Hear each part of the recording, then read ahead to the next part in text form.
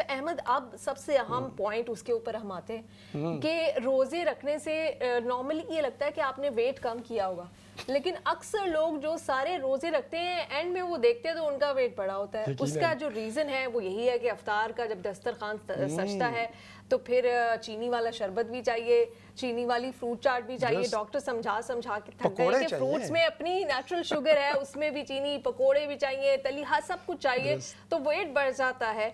एक सेहतमंद healthy system कैसे मेंटेन रखा जाए रमज़ान में, इसी के ऊपर हम बात करने जा रहे हैं। पाकिस्तान से एक एक्सपर्ट हमें इस सिलसिले में ज्वाइन करिए कि क्या हमारी डाइट होनी चाहिए, किन चीज़ों को अवॉइड करना चाहिए, और अगर पकोड़े खाने तो कैसे खा सकते हैं, एक सेहतमंद माहौल कैसे बना सकते हैं हम अपने लिए। डाइटिशियन हैं, न्यूट्रिशनिस्ट हैं और लाइफ कोच हैं डॉक्टर जुनैरा हुसैन ने हमें ज्वाइन कर लिया। अस्सलाम वालेकुम, बहुत शुक्रिया जुनैरा, बहुत बेहतरीन आप काम कर रही हैं, जिंदगियां बदल रही हैं, लोगों को हेल्प आउट करती हैं वेट मेंटेन करने में, उनको बताती हैं क्या विटामिन्स लेने हैं क्या नहीं लेना। तो कुछ बताएं जनरली रमज़ान से पहले किस तरह से हमें अपने पूरे सिस्टम को तैयार करना चाहिए, क्या खाना चाहिए, किस तरह से रमज़ान में अपनी रूटीन रखनी चाहिए।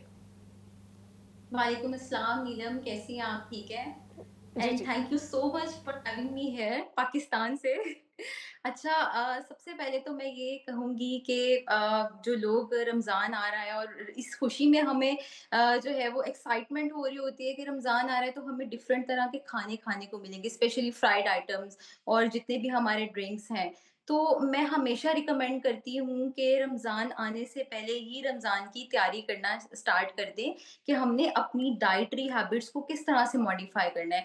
अगर मैं इस्लाम की बात करूँ ना, तो इस्लाम में रोज़े रखने का हुक्म इसलिए है कि कहते हैं ना, रोज़ा जिस्म की ज़कात है।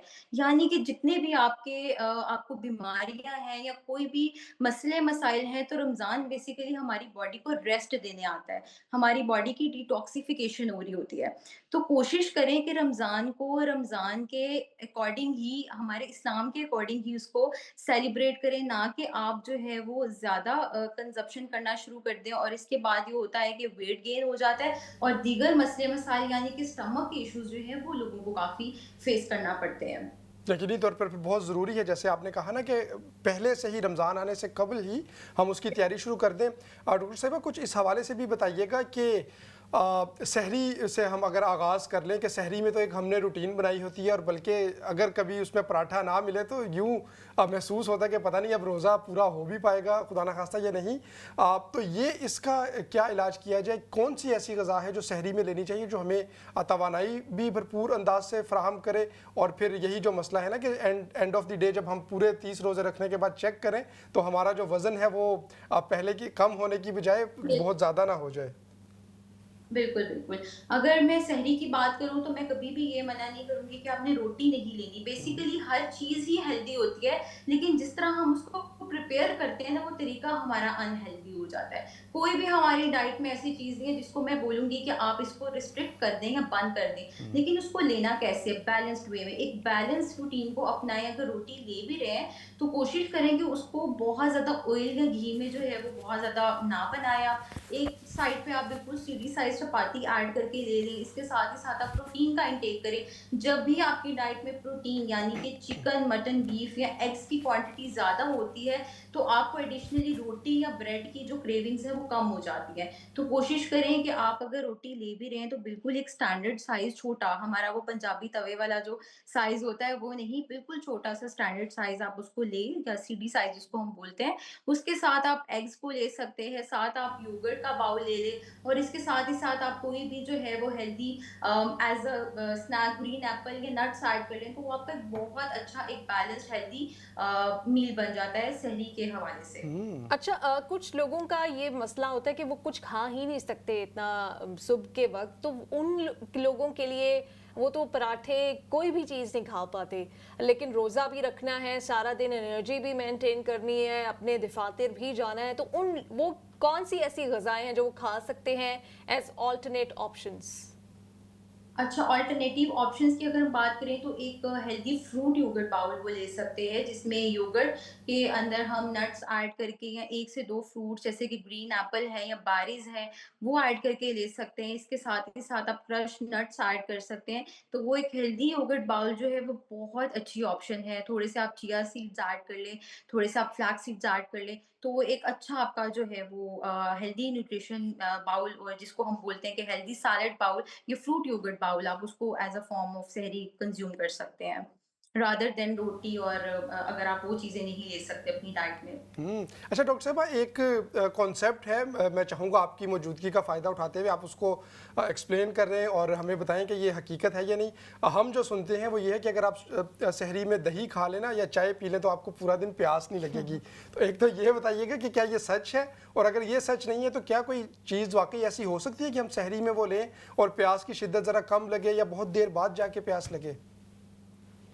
बेसिकली ऐसी कोई भी चीज़ नहीं होती है, सिर्फ़ और सिर्फ़ मिथ्स होते हैं। इन्हीं मिथ्स को तो हमने अपनी न्यूट्रिशनल इंडस्ट्री में जो है वो बंद किया है। तो मैं हमेशा रिकमेंड करती हूँ कि जब आपकी डाइट में वाटर इनटेक अच्छा है ना, यानी कि हाइड्रेशन लेवल्स आपके पूरे हैं, रमज़ान से पहले ही आप अपने वाटर इनटेक को अच्छे से अच्छा करना शुरू कर दें, ताकि आपकी बॉडी नरिश हो। और जैसे ही आपके हाइड्रेशन लेवल्स अच्छे होंगे, तो मुझे नहीं लगता कि कोई भी ऐसी चीज़ होगी जो जिसकी वजह से आपको बार-बार प्यास लगेगी। तो ऐसी कोई भी चीज़ अभी तक नहीं है हमारी फील्ड में कि मैं कहूँ कि आप ये ले लें तो प्यास ही लगेगी। और दूसरी बात है कि अब तो रमज़ान भी थोड़ा-सा अच्छे वेदर में आ रहा है, तो अभी वाटर इनटेक थोड़ा कम हो जाएगा। अब ये नुकसान भी है, क्योंकि हमने सारा दिन रोज़ा भी रखना है, रोज़े से भी और हमारा पानी भी पूरा नहीं होता। तो ये भी अक्सर लोग शिकायत करते हैं कि हमें कुछ ऐसी टिप्स बताएँ जिससे हमारा पानी का इनटेक अच्छा हो। तो मैं हमेशा यही कहूँगी कि आप जो है वो अपने मील से पहले और मील्स के दरमियान में 1-1 ग्लास पानी का ऐड करना शुरू कर देंगे, तो 6 से 8 ग्लास आपके ऐसे ही पूरे हो जाते हैं। इसके बाद जो हमारी इफ्तारी के बाद तरावी तक का टाइम होता है, उसमें भी आप एक वाटर बॉटल अपने साथ रखें। ये नहीं कि आपने एक ही टाइम में पूरी की पूरी पानी की बोतल जो है वो पानी की आपने उसका कंज़्यूम करना है, ऐसा नहीं है। आपने सिप-सिप करके अपनी जो है वो वाटर लेवल्स को पूरा करना है, और इसके साथ ही साथ थोड़ा-सा पिंक सॉल्ट ऐड कर लें, लेमन ऐड कर लें, ताकि आपके इलेक्ट्रोलाइट्स भी बैलेंस हो जाएँ। तो एडिशनल जो आपको एनर्जी है, वो आपको अपने वाटर से ही मिल जाएगी। पूरे दिन की आपकी सारी जो एनर्जी है, या जो भी आपके डिहाइड्रेशन लेवल्स हैं, वो पूरे हो जाते हैं। अच्छा, ये इसका ताल्लुक रमज़ान से तो नहीं है, लेकिन मैं नॉर्मली आपसे पूछना चाहती हूँ कि अक्सर ये कहा जाता है कि आप खाने से पहले पानी पी लें, उसके दरमियान में या उसके बाद ज़्यादा पानी ना पिएं, वाटर रिटेंशन होती है और उसकी वजह से भी वेट गेन के मसाइल होते हैं। तो क्या इसमें हकीकत है? एंड पे हम मना करते हैं, जो कि हमारा एक इस्लाम से भी ताल्लुक है, कि एंड पे जो है वो पानी हम रिकमेंड नहीं करते, लेकिन आप पहले ले लेते हैं 1 से 2 ग्लास, या दरमियान में आप थोड़ा सा पीते हैं, तो उसका एज सच कोई इशू नहीं है। उसका एज सच कोई इशू नहीं है। सही। बिल्कुल, जी। ये बहुत नीलम, ये भी देखिए कितना खूबसूरत डिस्कशन है इस्लाम चैनल पर ही कि मुख्तलिफ जो हमारे प्रोग्रामात हो रहे हैं ना, तो ख़ुद को हमने रूहानी तौर पे कैसे तैयार करना है और इबादत के लिए कैसे तैयार करना है। और उसमें आज डॉक्टर ज़ुनैरा हमारे साथ मौजूद हैं कि जिस्मानी तौर पे भी ज़रूरत है। जब आपका जिस्म फिट होगा, जब आप एक सेहतमंद जिस्म के हामिल होंगे, तो तभी आप जो इबादत पे भी फोकस कर पाएंगे ना, क्योंकि ये रोज़ा जो है बज़ाते ख़ुद एक बहुत मुशक्क़त वाली इबादत है। तो डॉक्टर साहिबा, और कुछ इस हवाले से मैं जानना चाहूँगा। सहरी की हमने बात की, दरमियान में कैसा रहना है, अफ्तार के ऊपर हाथ रोकना हकीकतन मुश्किल होता है। मेरा ख्याल है कोई पूरा साल भी अगर आप बहुत सख्ती से अमल करते रहे ना एक डाइट के ऊपर, लेकिन रोज़ा रखने के बाद जब आपके सामने अनवाउ इक़साम के चीज़ें होती हैं, ख़ास तौर पे शरबत होता है, पकोड़े होते हैं, तो किस तरह से कोई कुछ बचा जाए, कम खा लें, क्या करना चाहिए अफ्तार के वक्त में? अच्छा, हम रमज़ान का ना वेट इसीलिए कर रहे होते हैं, ताकि हम कोई फ्राइड आइटम्स और ये सारी चीज़ें, क्योंकि पूरा साल में तो हम लेते ही नहीं हैं। तो बेसिकली हमने मैनेज करना है, बैलेंस, एतदाल का जो वर्ड है ना, वो हमने इम्प्लीमेंट करना है अपनी डाइट में, कि हमने बैलेंस कैसे करना है चीज़ों में। अब मैं ये नहीं कहूँगी कि आपने फ्रूट्स नहीं लेने, आप फ्रूट रखें। आप जो आर्टिफिशियल स्वीटनर्स हैं उसको रिप्लेस कर दें अपने नेचुरल स्वीटनर से। अब नेचुरल स्वीटनर्स में हमारे पास फ्रूट्स आ जाते हैं, वो फ्रूट चाट बाउल एक बिल्कुल स्टैंडर्ड साइज आप ले सकते हैं। इसके अलावा अगर आप कोई फ्राइड आइटम्स ले भी रहे हैं तो उसको आप शैलो फ्राई रखें और अपने घी ऑयल अच्छा इस्तेमाल करें। जो डालडा कैनोला है उसको थोड़ा अवॉइड करके आप थोड़ा सा नेचुरल सोर्सेज की तरफ आ जाएं, देसी चीज़ों की तरफ आ जाएं। ऑलिव ऑयल को थोड़ा सा आप जो है वो अपने फूड्स में ऐड ऑन करना स्टार्ट कर दें। इसके अलावा आप ग्रिल कर सकते हैं चीज़ों को, डीप फ्राई के बजाय जो है वो आप शैलो फ्राई कर लें या आप उसको स्टीम कर लें। तो हर चीज़ बनाने का भी एक तरीका होता है कि आप उसका मेथड क्या है, आप प्रिपेयर कैसे करें उस चीज़ को। आप हेल्दी घी ऑयल की तरफ जाएं, मस्टर्ड ऑयल को यूज़ करना स्टार्ट कर दें। सो ये है कि आप थोड़ा थोड़ा सा अपनी डाइट में हर चीज़ रखें। ये नहीं कि आपने एकदम से हर चीज़ को ज़्यादा से ज़्यादा आपने समोसे पकोड़े खा लिया। आप थोड़ा सा फ्रूट ऐड कर लें। हम्म। अगर आप के पास कोई शुगरी ड्रिंक है भी तो आप कोशिश करें कि उसमें चीनी ना ऐड करें। आप जस्ट उसका थोड़ा सा फॉर द फ्लेवर्स, या नींबू पानी मैं तो रिकमेंड करती हूँ कि आप नींबू पानी की तरफ जाएं, जो कि हमारा एक नेचुरल हम्म। वो जो है एक ड्रिंक रेडी हो जाता है जिसमें शुगर भी ऐड करने की अक्सर ज़रूरत नहीं पड़ती। और अगर करनी भी है जस्ट फॉर द टेस्ट तो आप नेचुरल स्वीटनर्स को प्रेफर करें। आप जो है वो आर्टिफिशियल जितने भी स्वीटनर्स हैं उसकी तरफ ना जाएं। और बिल्कुल। फ्रूट जो है वो हमारे पास बहुत अच्छा सोर्स है नेचुरल स्वीटनर्स का। तो आप सही। फ्रूट्स को अपनी डाइट में अच्छा से अच्छा Yes. रखें। सही। अच्छा, रमज़ान की तो हम बात कर ही रहे हैं, ज़ुनैरा मैं आपसे ये भी जानना चाहूँगी क्योंकि बहुत सारी ख़वातीन इस वक्त हमारा शो देख रही हैं, बहुत सारी हमारी ख़वातीन व्यूअर्स हैं मेजॉरिटी में। जैसे ही सर्द मौसम आता है जिसमें धूप कम है, स्पेशली लंदन में इस वक्त हम मौजूद हैं, बारिशें हैं, सन उस तरह से नहीं मैसर। वो तो अलग बात है कि पाकिस्तान में भी जनवरी में कुछ ऐसी सूरत हाल रही है, तो ऐसे में ऐसी पेन्स का उनको सामना करना पड़ रहा है जो कि नॉर्मली उनको नहीं करना पड़ता। किसी को बैक में पेन है, किसी को शोल्डर्स पेन हो गई है, किसी को नेक पेन हो गई है। तो आपको क्या लगता है कि जिस वक्त सूरज की कमी हो रही हो या इस तरह से सख्त वेदर हो, क्या वो ग़िज़ा में क्या चीज़ें शामिल कर सकते हैं कि ये तमाम जितने दर्द हैं इनसे बचा जा सके, या फिर उनको वो जो प्रोडक्ट्स ही इस वक्त मार्केट में अवेलेबल हैं मल्टी वाइटमिन्स, क्या उन्हीं की तरफ जाना पड़ेगा? अच्छा नीलम, सबसे पहले तो हम नेचुरल फूड सोर्सेज पे काम करेंगे। जब हम नेचुरली अपनी डाइट में चीज़ें ऐड ऑन करेंगे फिर हम आर्टिफिशियल जो चीज़ें हैं या जो भी हमारे मल्टी वाइटामिन्स हैं या हर्बल चीज़ों की तरफ अगर हम जाएं, या न्यूट्रास्यूटिकल प्रोडक्ट्स में जैसे कि विटामिन डी जो है उसकी अवेलेबिलिटी मार्केट में होती है उसकी तरफ जाए। तो सबसे पहले तो आप अपनी डाइट से ही चीज़ों को बेहतर बनाएं। और ऑब्वियसली बात है कि हमें सनलाइट इतनी नहीं मिलती, और 70 to 80% जो है वो अगर पेशेंट्स हमारे पास आते हैं तो हर दूसरे बंदे में जो है वो विटामिन डी की डेफिशिएंसी होती है, हर एज ग्रुप में ही, क्योंकि हमारे पास सनलाइट नहीं है। और ये हर दूसरे बंदे का जो है वो इशू है जो कि फेस करना पड़ रहा है उनको। और मैं भी ऑब्जर्व कर रही हूँ कि विटामिन डी की बहुत severe डेफिशिएंसी है हर एज ग्रुप में। तो सबसे पहले वो खवातीन, हमें ये आहिस्ता आहिस्ता लेटली डायग्नोज होता है, एकदम डायग्नोज नहीं होता। उनकी शिकायत होती है कि जब हम नमाज पढ़ते हैं तो आवाज़ आती है हमारे जॉइंट्स में से या पट्टों का खिंचाव महसूस होता है। तो कोशिश करें कि आप कैल्शियम का इंटेक रखें डाइट में, जिसके नेचुरल फूड सोर्सेज की अगर हम बात करें तो दूध दही है। इसके अलावा हमें दूध दही भी अगर प्योर नहीं मिलता तो फिर हम जाएंगे अदर न्यूट्रास्यूटिकल प्रोडक्ट्स की तरफ, जैसे कि विटामिन बी 3 है। फिर उसका इंटेक आप करना स्टार्ट कर दें। वो डॉक्टर की या डाइटिशियन की रिकमेंडेशन के according once in a day लेना है या ऑल्टरनेटिव डेज पे लेना है। तो ये चीज़ों की तरफ हम आते हैं, लेकिन इससे पहले हम फूड सोर्सेज से जो है वो हेल्प लेते हैं। और अगर वहाँ से हमें वो वैल्यूज़ पूरी नहीं हो रही होती तो फिर हम सप्लीमेंटेशन की तरफ लेके जाते हैं पेशेंट्स को। जी। अच्छा डॉक्टर साहिबा, कुछ इस हवाले से भी मैं चाहूँगा आप हमें आगाही दें।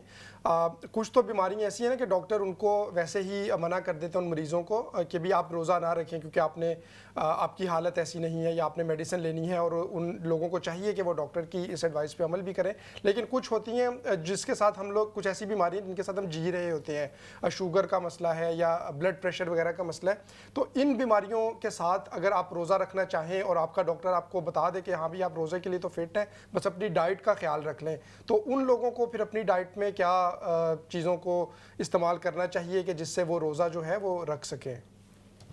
बिल्कुल, अगर हम डायबिटिक पेशेंट्स की बात करें या वो पेशेंट जो मेटाबॉलिक सिंड्रोम का शिकार हैं, तो उनके लिए रोज़ा रखना कोई मुश्किल बात नहीं है, अगर आपको आपके डॉक्टर्स रिकमेंड करते हैं। तो बट आपने अपने न्यूट्रिएंट्स को पूरा करना है। अब रोटी-चावल का इंटेक उनका बहुत कम होता है rather than the normal people, तो उनको फिर हम रिकमेंड करते हैं कि आप अपनी डाइट में जो है वो प्रोटीन का portion chicken, mutton, beef, fish जो है, उस सोर्स को आप ज़्यादा रखिए, ग्रीन लीफी वेजिटेबल्स को ज़्यादा रखिए और कोशिश करें कि जितने भी फ्राइड आइटम्स हैं उनको अवॉइड करें और फल और सब्जियों से जो है वो अपनी न्यूट्रिएंट्स को पूरा करें। लाइक अगर मैं सहरी के मील की बात करूं नॉर्मली, तो एक योगर्ट बाउल हेल्दी है एक डायबिटिक पेशेंट के लिए कि वो उसमें एक green Apple, berries, nuts add करके वो एक बहुत अच्छी ऑप्शन है, वो ले सकते हैं। इसके अलावा चाय और कॉफ़ी के जो एडिक्ट होते हैं वो चाय कॉफ़ी भी ऐड कर सकते हैं 10 से 15 मिनट का वक्फा देके अपनी मील से। और अगर हम इफ्तारी की बात करें तो नींबू पानी लेंगे, वो शरबत नहीं लेंगे और शुगरी आइटम्स नहीं लेंगे।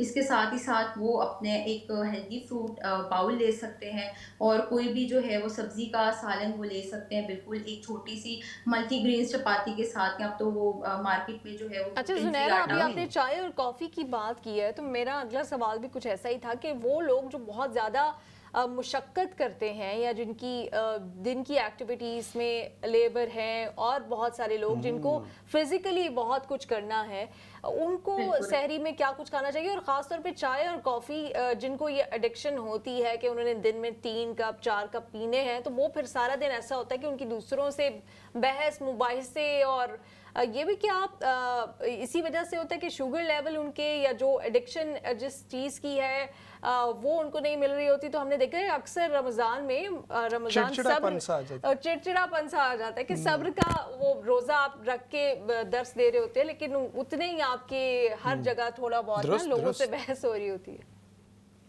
बेसिकली नीलम कैफीन की भी एडिक्शन होती है ना लोगों को, कि दिन में 3 से 4 कप चाय के या कॉफ़ी के नहीं मिलेंगे, तो बेसिकली ये एडिक्शन ही है।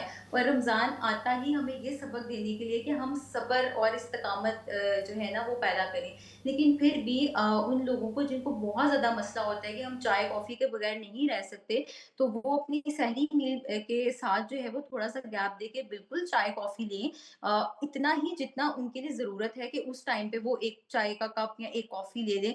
और अपने इफ्तारी मील के बाद भी, या जैसे हम इवनिंग में टी ले रहे होते हैं तो वो ले सकते हैं। बट ये कि अगर एडिशनली उनको बहुत ज़्यादा चिड़चिड़ापन हो रहा है, तो ऑब्वियसली ये है कि उन्होंने अपनी बॉडी को एडिक्ट बना लिया है। तो एडिक्शन तो किसी भी चीज़ की जो है वो अच्छी नहीं है।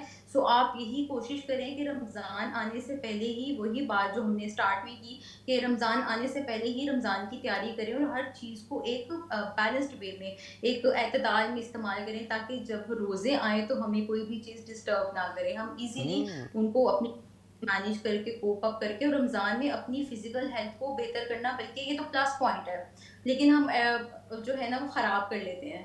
तो यकीनन। यही अच्छा डॉक्टर ज़ुनैरा, कुछ ये भी बताइएगा, आपने जैसे सहरी के हवाले से भी बताया और अफ्तार के हवाले से भी कि बहुत कुछ हम लोग ले सकते हैं, लेकिन बैलेंस्ड होना चाहिए, उसके में इत्तेदाल होना चाहिए, या फिर वो पका कैसा है वो भी मैटर करता है। आप क्या कोई रिकमेंड करेंगे, कोई एक चीज़ अगर आपसे पूछा जाए कि भाई ये तो बिल्कुल भी नहीं खानी चाहिए या बिल्कुल नहीं पीनी चाहिए, बिल्कुल इस्तेमाल नहीं करनी चाहिए किसी भी वक्त, तो अगर क्या कोई वो एक चीज़ हो तो वो क्या होगी? एक चीज़ जो मैं हमेशा हर जगह पे जाके बोलती हूँ कि अपनी ज़िंदगी से निकाल दें, वो है चीनी। चीनी हुँ। को अपनी से निकाल दें।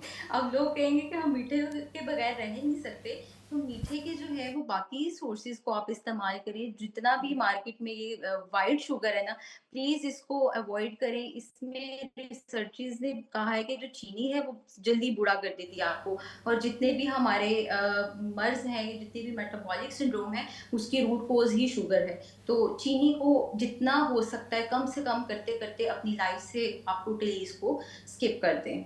सही। हुँ। एक और मसला जो हो जाता है रमज़ान में लोगों को, जैसे कि आपने भी मेटाबॉलिज्म की बात की और फिर डाइजेशन का मसला, बिल्कुल। तो उसके लिए भी कोई ऐसी हम फ्रूट या कोई भी ऐसी जो मील है वो ऐड कर सकते हैं जिसकी वजह से जो मेटाबॉलिक सिस्टम है वो तेज़ रहे, फास्ट रहे अफ्तार के बाद?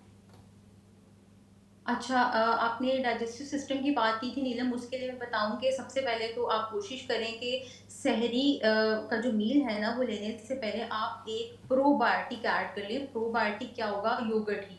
हमारे घर से ही हमें अवेलेबिलिटी होगी। प्रोबायोटिक योगर्ट ऐड करें, 2 से 3 चम्मच योगर्ट के लिए उसमें थोड़ा-सा इसबगोल का छिलका ऐड कर लें। तो जितने भी आपके स्टमक के या गट हेल्थ इश्यूज़ हैं वो बेहतर हो जाएँगे। एक तो फाइबर का सोर्स है और दूसरी बात है कि आपका जो डाइजेस्टिव सिस्टम है वो अच्छा हो जाएगा। और मेटाबॉलिज्म भी असल में इसीलिए स्लो होता है क्योंकि हमारा डाइजेस्टिव सिस्टम ही अच्छा नहीं होता।